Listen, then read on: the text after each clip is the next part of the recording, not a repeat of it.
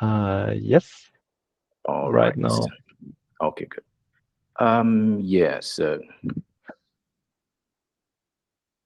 all right. So this project is the focus here is on LLM fact checkers, um, evaluating, seeing how they perform in the wild, and then seeing how they can be safeguarded against Jekyll Hyde jailbreaks. I'll give some information on this as we go on.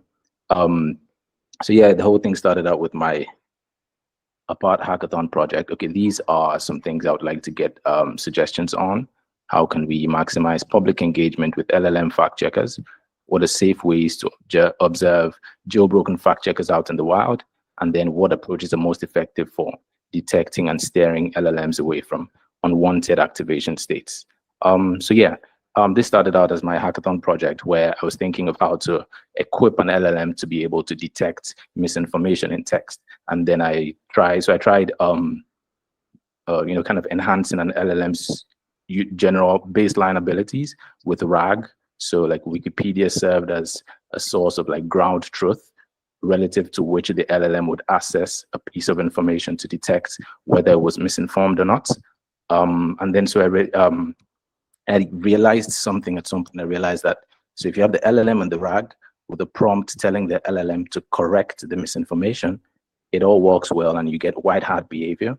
But by simply inverting this prompt and switching it up to a prompt that told the LLM to worsen the observed misinformation instead of correcting it, you would get black hat behavior. So this tool that you built as some sort of fact checker to kind of set things right could very easily be converted into a tool that would worsen the misinformation instead. So here's a quick example of it. So here's like a tweet that's talking about how Donald Trump was shot in the liver during the election campaign, which is, not true, although he actually was shot at during the election campaign. And so the LLM in white hat mode would say something like this, pointing out that Donald Trump was shot, but not in the liver. And then this is like the white hat behavior.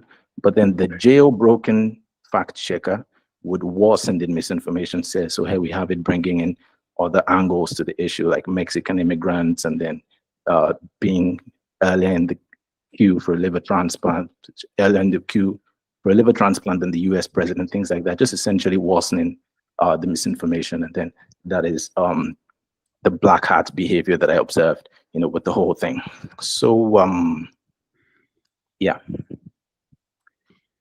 the first thing I'm thinking about is deploying this white hat fact checker in the wild. So putting it out on the internet, having it interact with people, having it like fact check people's posts and seeing how they respond to it. The second arm is deploying the black hat fact checker. Now I understand there are definitely ethical issues with knowingly deploying a misinformation worsening bot out on the internet, but I guess I feel like it'll be helpful or valuable to demonstrate or at least observe this sort of jailbroken fact checker interacting with people out in the wild. So I've been thinking of how to possibly do this in a way that's still ethically permissible somehow. I would also appreciate suggestions on this, and then I talk more on this later.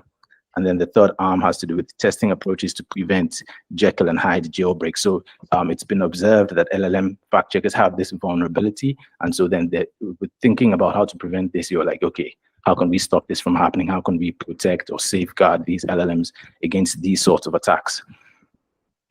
So white hat fact check in the wild. There's fact check in the present. I've been thinking along the lines of deploying some sort of social media bot that can reply to people's posts and point out, oh, what you said is incorrect. This is actually the accurate state of information. And so yeah, that's it out on social media.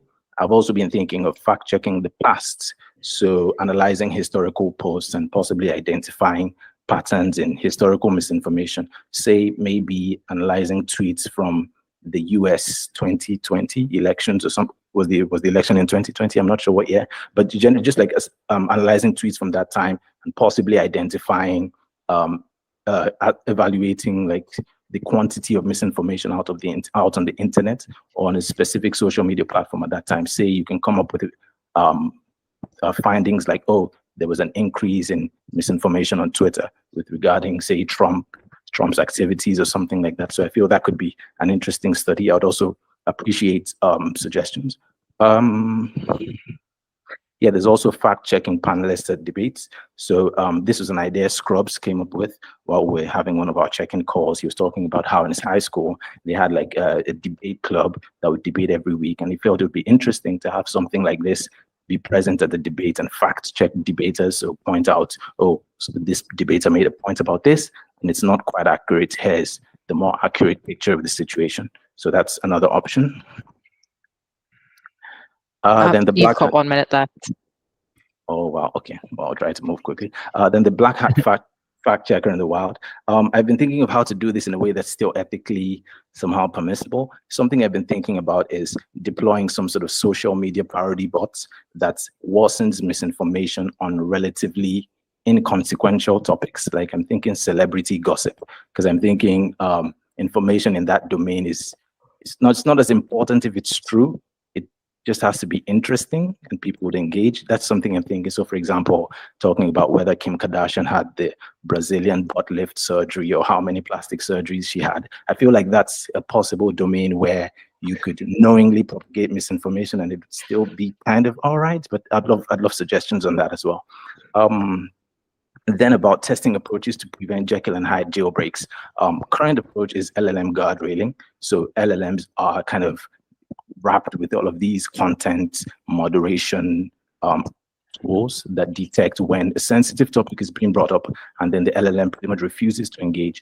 But the issue with that is that it's topic-based and not intent-based. So the LLM refuses to engage or respond to your request because of the topic you're bringing up and not because of what you're trying to do with that topic. And so what that means is an LLM that refuses to discuss a topic cannot be used to fact-check information on that topic. So it actually limits the usefulness of those LLMs in the context of fact checking. So I've been thinking of alternatives like mechanistic interpretability, where you are thinking of identifying internal model components which correlates with Hyde states. I would love suggestions on this because I'm still a bit early in my studies of literature, interpretability, literature generally.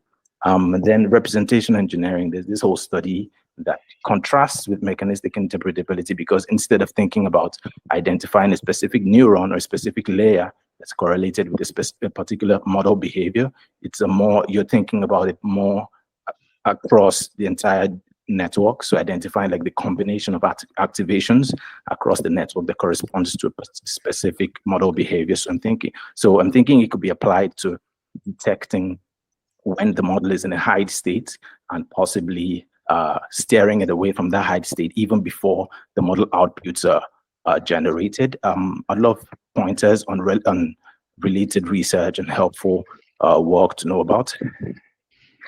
And then I'm thinking of just a random idea. This is still a pretty basic idea. I'm thinking of some sort of matrix operation that could be applied to model activity. Is nearly up. If you wanna, yeah. So yeah, okay, yeah. Out of the Q&A, of course. Then. All right. So yeah, I guess people could have possibly been reading what was on the screen, and I'd love to hear suggestions and pointers on this. Yeah, I've been talking about this. These are possible ways people could respond to the AI and things to look into.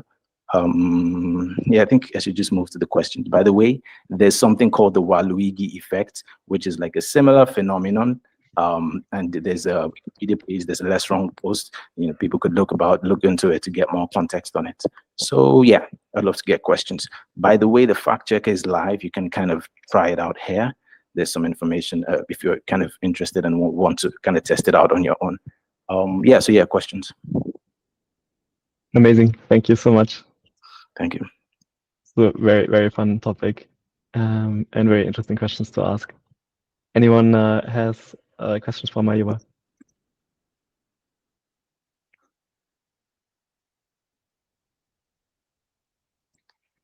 Go, Philip. Yeah, thank you very much for this very funny talk and also informative. That's quite rare to manage to put both into one thing. I was wondering, how exactly do you build your fact checker? I mean, where are the limitations? Because this is the first step, right? How did you, if you don't mind going in some more detail, limitations in what terms, in what sense? I mean, in principle, a fact checker could be used as a filter, right? Because whenever the model classifies a given post as there's some things wrong with the facts, you could say, okay, remove this post. This would be, say, a practical application. Let's say you have the possibility to do that. You want to fight against fake news. So obviously, this does not exist yet. So I was wondering, like, what kind of information does pass through your fact checker without being noticed, so to say? Yes. So with regard to applications, so like possible scenarios where this could be deployed, the example you talked about, in my understanding, falls under the category of, say, content moderation. So for example, if like you're you work at Facebook or you work at Twitter and you're kind of responsible for content moderation on that platform, you could implement something like this. Although I've been thinking, since I personally am not in such a position to content moderates in an authoritative way, I'm thinking of something that responds via, say, a social media bot. So instead of say deleting a post because I don't have that authority, it just responds. It replies to that post. Say someone posts a tweet that's misinformed, and then there's a bot account that detects the misinformation there and just simply replies the way anyone would be able to reply to that tweet and say, oh, just pointing out the inaccuracies and possibly having the original author reply, and then you could get a sense of how much of an effect it's having on that author's opinion. Did it manage to change that person's mind and convince them that, okay, yeah, my initial opinion was misinformed? And yeah, so that's like the application context. Okay, perhaps put my question in a different context. Like, let's say it makes this suggestion. How sure are you that your model is actually correct? Oh, well, that depends to a large extent on your reference sources. So right now it uses Wikipedia, but of course it's that could be like context dependent and all of that. But I felt like, and I still feel like, Wikipedia is generally like consensually recognized source of ground truth on a lot of topics. And so I felt like that would be a good starting point at least, and possibly depending on specific topics or specific niche areas, you might want to incorporate more sources into your RAG process. But I feel like that helped make it like LLM agnostic. So and LLMs, the fact checkers evaluations don't depend as much on what LLM you're using or what training data it was based on. It's on this, more controllable component that is, the RAG sources. Okay, so basically it reads up on Wikipedia if the information is correct. Exactly. Fantastic idea. Okay, thank you. That was very helpful.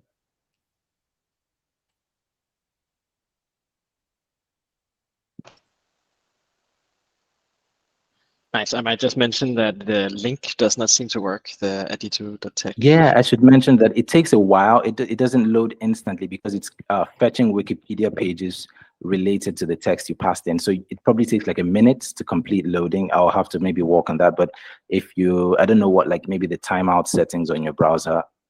I think it just says page not found for me. Oh, wow. And I think for others as well. That's strange. Did you put Mayowa, just copy the link across directly from the presentation. So it might just be that the link is there's a typo or something. Okay, I'll do that. Just here in the chat. I would love to try it out. Okay, I'll do that. Same. All right. And I don't know what to cam otherwise. Yeah, in the meantime, maybe Cam can ask his question. Yeah, or perfect. Did you have another question? I'm not sure, but let's have Cam now. Yeah. So this is like just a little bit of like input. You said like earlier on in the presentation, you were worried about implementing this in the wild, like on a social media platform, like introducing misinformation. I share that concern, and I think that it seems to me like it would be relatively trivial to just make like a large like data set that is just like a trial data set that's like black box and not open like on Twitter or anything, that you just like observe the response of your like fact checker to, instead of like opening it up online. But maybe I'm misunderstanding like your intent with opening it online to a wild audience. But it seemed like you could either create or like pull like a subset of tweets that you can just like use your fact checker against. And maybe I was misunderstanding. Yeah. So I definitely see your point. It's a good point. I think that falls under the category of like, say, fact checking the past, because if you're curating a data set of say tweets or just information to fact check, they've already been published, so you're kind of taking things from the past for the most part.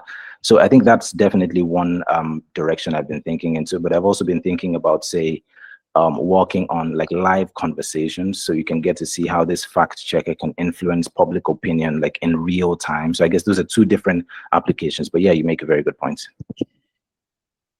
Makes sense. Wonderful. Any other questions from Mayowa? Maybe one suggestion. It can definitely quickly, at least having worked with Twitter data previously and like some of these sociological studies about what happens in information networks, it can relatively quickly get pretty complex. So probably ensuring you keep in mind what specific things you want to see, slash like, yeah, what the experiments are basically, and making sure those are concrete and constrained, scoped well to avoid too much complexity.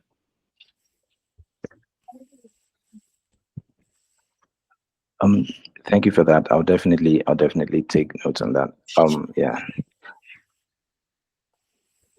I also appreciate suggestions on the interpretability side. So possibly on like how to detect when the model activations are kind of in a hide state, and techniques that can be used to kind of based on the model activations, you can